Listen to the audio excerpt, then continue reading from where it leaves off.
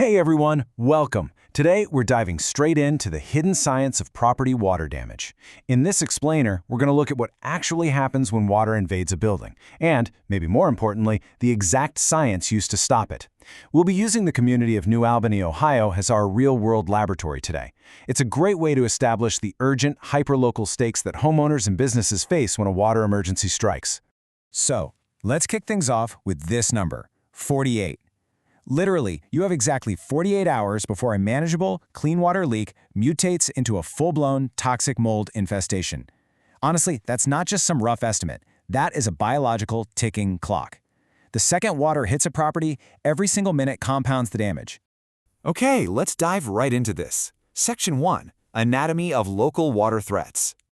Let's look at the environment itself. New Albany sits in Licking County, which, as you might know, is pretty notorious for its clay-heavy soil. And clay kind of acts like a barrier, right?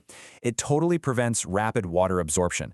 So when you get massive runoff from spring thaws or those heavy summer storms, especially over near Rocky Fork Lake and the Blacklick Creek watershed, all that water, it can't go down into the earth. Instead, it gets pushed naturally, straight toward our foundations and crawl spaces.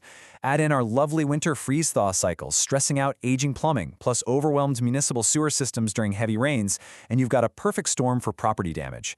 Because, the joys of homeownership never truly take a day off, do they? Now, water actually attacks different types of construction in completely unique ways. Take the older New Albany neighborhoods around Market Street, for example. There, the threat usually comes from frozen pipes hidden in uninsulated exterior walls, or maybe settled foundations, and those really complex moisture traps hiding behind decades of renovations. But if we look at newer builds, like in developments like Fenway or the Hills, the risk profile shifts entirely. Out there, the huge danger is finished basement flooding caused by sump pump failures or sewer backups. Plus, these modern homes use a ton of engineered lumber, which responds to water completely differently and requires highly specific drying approaches so it doesn't permanently warp. And hey, sometimes the threat isn't the weather at all. 80. That's 80 gallons. That is the insane amount of water a failing water heater can just dump onto your floor in a sudden explosive flash. It perfectly illustrates the terrifying reality of appliance failures. I mean, it's sudden, it's massive, and it is absolutely devastating. Which brings us to Section 2, the 48-hour ticking clock. Let's track the actual life cycle of a water disaster here. At hour 0, the water intrusion begins. At first glance, it just looks like some wet floors. No big deal, right? But by hour 24, that surface moisture aggressively wicks up into the drywall and sinks deep into your subfloors. It's literally climbing the walls. And then, by hour 48, especially in Ohio's humid continental climate, toxic mold colonization kicks off. What started as just a simple plumbing issue has suddenly escalated into a serious biological and structural threat. So obviously, the absolute crucial point here is time. 60 minutes. That's the critical response window that professional mitigation teams, like 5-Star Water Damage Restoration, target to halt this destruction. If you can get commercial-grade extraction equipment on-site within that very first hour, you can dramatically change the entire trajectory of the damage. Now, what's really interesting about this next part is Section 3, the 3 water categories. See, we aren't just dealing with the amount of water, we actually have to look at its chemical and biological reality. The Institute of Inspection, Cleaning, and Restoration Certification, or the IICRC, breaks water threats into 3 scientifically categorized levels. Category 1 is clean water. This is from sanitary supply lines or water heaters. It has minimal initial risk, but here's the catch. It downgrades rapidly after sitting for 48 hours. Then you have Category 2, which is gray water. This comes from appliances or toilet overflows that only contain urine.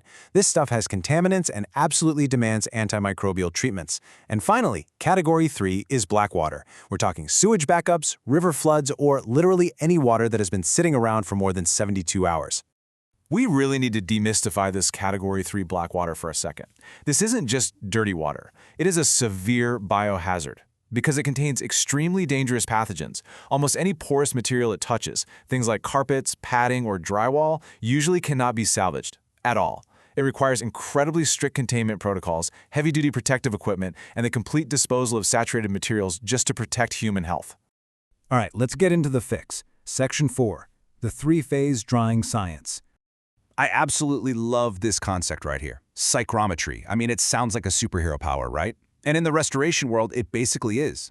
It's the science of air and moisture interaction. See, professional restoration isn't just firing up a shop vac and a box fan. It is a highly precise, science-based emergency intervention.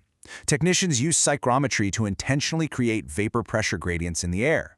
By mathematically controlling the temperature and humidity, they literally force trapped water to pull out of saturated building materials and into the air where it can be completely removed. This science is applied through a really logical three-phase process. Step 1 is extraction and containment. That means immediately halting the spread by removing all that bulk standing water and setting up barriers. Step 2 is structural drying and monitoring. This is where that psychrometry comes in, deploying all the equipment while tracking daily moisture data to ensure the materials are drying at the exact right rate. And finally, step 3 is cleaning and restoration. That involves applying antimicrobials, wiping out odors, and rebuilding the space to ensure long-term safety.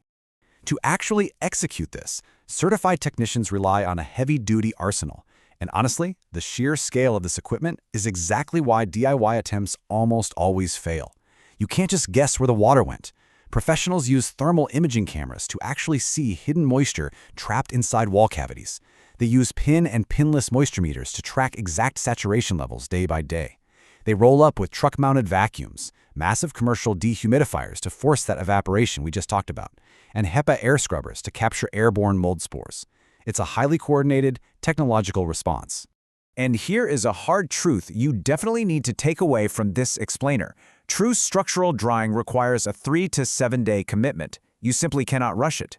If you try to speed up the drying with excessive heat, or, say, you pull the dehumidifiers too early, you're going to leave moisture deep inside the wood framing and drywall, and that practically guarantees future structural warping and mold down the line. Which leads us to the aftermath. Section 5. Navigating insurance and recovery. Because surviving the physical water damage is unfortunately only part of the battle. The next hurdle? Financial recovery. Proper scientific documentation translates directly into a much smoother insurance approval process. To really master the claim, you need undeniable proof of the damage and the recovery effort. This means providing adjusters with daily drying logs packed with pin meter measurements. It means submitting those thermal moisture maps. It means making sure that industry-standard Xactimate pricing is used for all the estimates. And it's super vital to note, while sudden bursts are typically covered by policies, gradual leaks caused by neglected maintenance often are not. The science has to back up your claim. Which brings us to our final thought today. We've seen how local geography sets the stage, how incredibly fast clean water turns into a toxic biological hazard, and the amazing science required to literally pull moisture out of the very bones of a building. It's not really a matter of if water will test your home's defenses, but when. So when that 48-hour clock starts ticking on your property, will you be ready? Thanks so much for joining me on this explainer. I really hope this helped you understand the fascinating and totally critical science of structural drying. Catch you next time.